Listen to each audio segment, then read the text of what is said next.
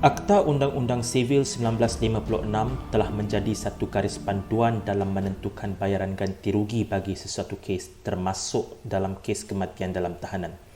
Walau bagaimanapun, terdapat satu lompong dalam akta ini yang telah menafikan hak waris mangsa dalam menerima ganti rugi setimpal dalam kematian yang melibatkan anggota keluarga mereka.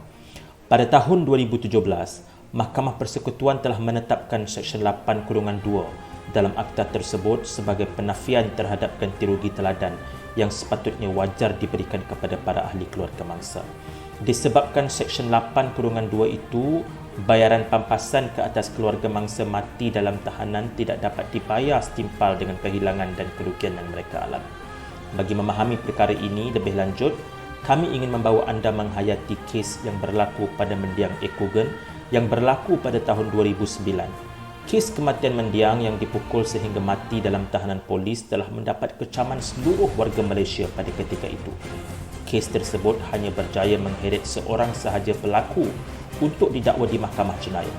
Dalam masa sama, pihak keluarga juga telah membawa kes ini ke mahkamah sivil bagi menuntut ganti rugi akibat kehilangan nyawa mendiang. Kes di mahkamah tinggi berakhir dengan keputusan yang memihak kepada keluarga mangsa. Hakim Datuk V.T. Singgep telah mengarahkan pihak kerajaan, polis dan anggota terlibat untuk membayar ganti rugi sebanyak RM850,000 kepada keluarga mangsa. Namun kes itu dirayu oleh pihak kerajaan dan polis ke Mahkamah Rayuan. Keputusan Mahkamah Rayuan kemudiannya mengenepikan atau mengurangkan RM100,000 daripada jumlah tersebut kerana Mahkamah Rayuan berpendapat ganti rugi bagi pemenjaraan salah tidak wajar diberi kerana pihak keluarga tidak mencabar keputusan penahanan tersebut ketika mendiang ditahan. Mahkamah Rayuan menetapkan satu jumlah baru ganti rugi iaitu sebanyak RM750,000.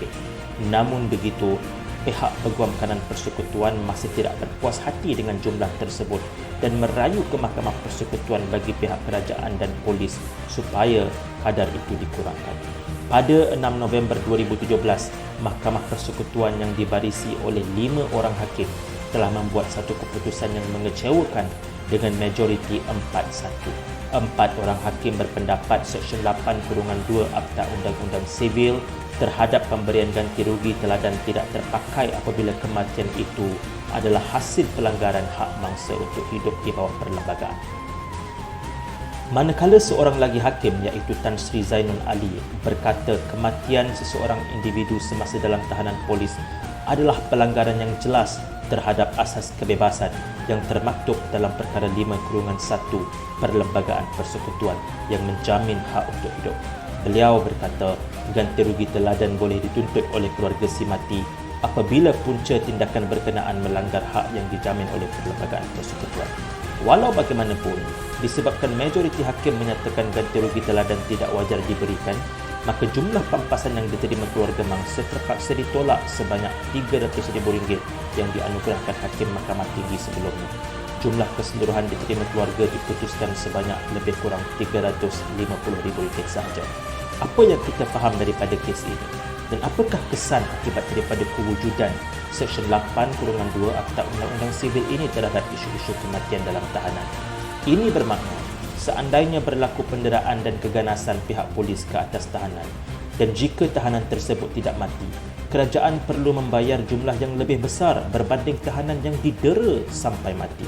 Ini adalah kerana dalam Seksyen 8-2 tersebut, ganti rugi teladan hanya boleh diberikan kepada mereka yang masih hidup sahaja dan tidak boleh diberikan kepada keluarga mangsa bagi mangsa yang telah mati. Ini adalah jelas sesuatu yang tidak munasabah. Justru, IDIK telah memulakan gesaan untuk meminta seksyen ini sejak tahun 2018 dengan mengadakan pertemuan dan mengutus surat kepada pihak Peguam Negara dan mencadangkan perkara ini untuk diteliti oleh pihak kerajaan. Malangnya ketika itu, pihak kerajaan tidak mengambil peduli saranan IDIK dan keadilan bagi pihak keluarga yang terlibat dalam kes kematian tergendala. Kami ingin mengajak anda semua untuk terlibat dalam kempen ini dan bersama mendesak kerajaan untuk meminda Seksyen 8-2 Akta Undang-Undang Sivil.